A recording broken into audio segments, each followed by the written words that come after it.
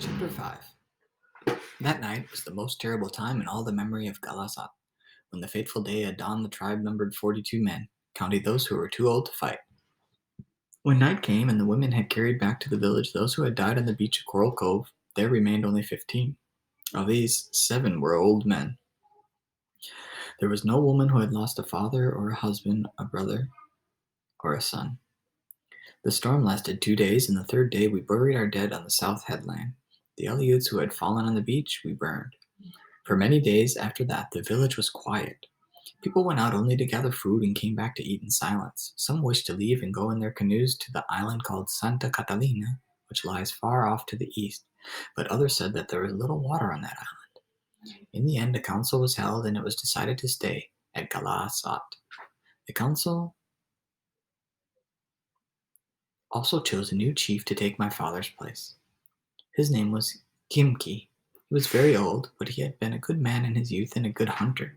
The night he was chosen to be chief, he called everyone together, saying, "Most of these who snarled fowl and found fish in the deep water and built canoes are gone. The women who were never asked to do more than stay at home, cook food, and make clothing now must take the place of the men and face the dangers which abound beyond the village. There will be grumbling in Gasadas because of this. There will be shriekers.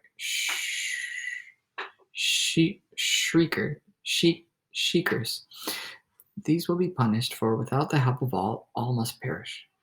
Kimki portioned work for each one in the tribe, giving Ulep and me the task of gathering abalones. This shellfish grew on the rocks along the shore and was plentiful. We gathered them at low tide in baskets and carried them to the mesa, where we cut the dark red flesh from the shell and placed it on flat rocks to dry in the sun. Remmel had the task of keeping the abalones safe from the gulls and especially the wild dogs.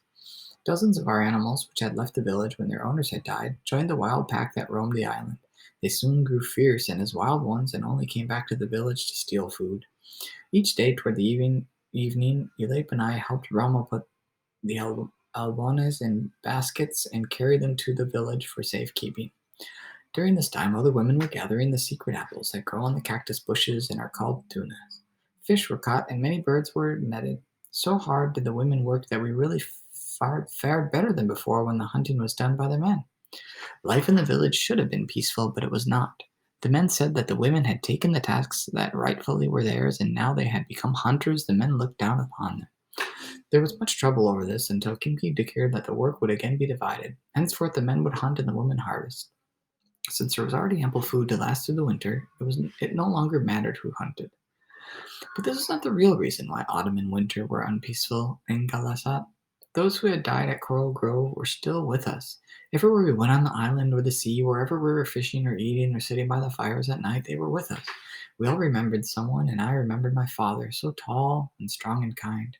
A few years ago, my mother had died, and since Ulep and I had tried to do the task she had done, Ulep even more than I, being older, now that my father was gone, it was not easy to look after Rama, who was always into some mischief. It was the same in the other houses at Kalasat, but more than the burdens which had fallen upon us all, it was the memory of those who had gone that burdened our hearts. After food had been stored in autumn and the baskets were full in every house, there was more time to think about them. So that sort of sickness came over the village, and people sat and did not speak, nor ever laughed. In the spring, Kimki called the tribe together.